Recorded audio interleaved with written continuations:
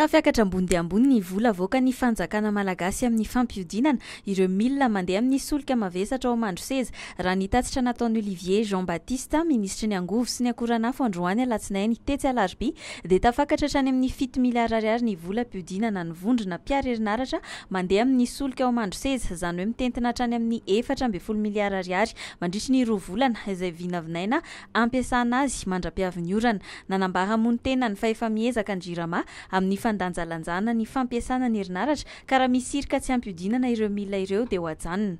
Anisan'izany ny fandatsahana orana, ampiakarana ny famokarana ao Andekaleka na eny Antsahazipaniry. Mihodina adiny 4 isan'andro moa ny TAC eny Mandroseza.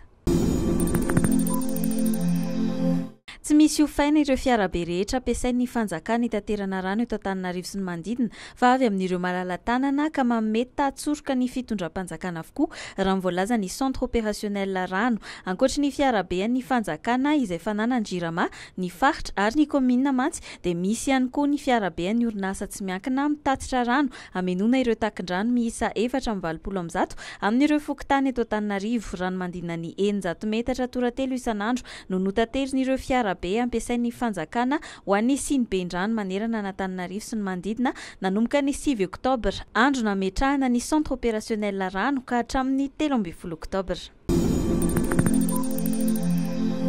Ny 14 oktobra 1975 no nambarany fahateran'ny Repoblika Malagasy teny amin'ny efitrano filanonan'ny lycée Galieny eny Andohalo, na dia tsy nahaleo tena azy Madagasikara tamin'izany fa mbola nikambana tao anatin'ny fivondronam-be Frantsay. Tamin'izay no niredina voalohany hira-pirenena Malagasy ry Tandrazanay Malalao ary nananganana voalohany ny sainam-pirenena Malagasy fotsy, mena, maitso. Nisy ireo hetsika maro samihafa toy ny valandresaka teny amin'ny ivitoerana mampiroborobo ny aikanto sy ny kolontsaina ankehitriny, ny ADMC CRAM eny Ankatso nentina nanamarika ity tsingeritaona ity androany.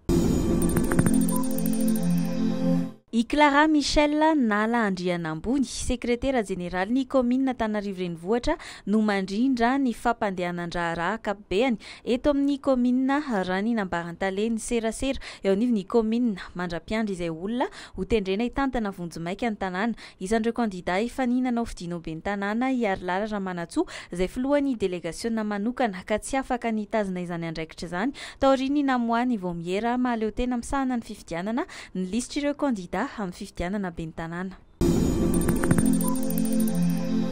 Anainga ho any Afrika Atsimo ny delegasiona avy amin'ny vomiera mahaleo tena mikarakara ny fifidianana tarihany Arsène Dame hanao ny fanotana ireo taratasy ilaina amin'ny fifidianana be ny tanàna sy mpanolotsaina. Tokony ho vita ara-potoana avokoa ny fikirakirana ireo atota taratasy sy bileta tokana ireo raha ny voalaza ny vomiera mahaleo tena misahana ny fifidianana. Ho voahaja ihany koa ireo daty sy fotoana voafaritra anatanterana ny fifidianana ny 1 Desambra zao.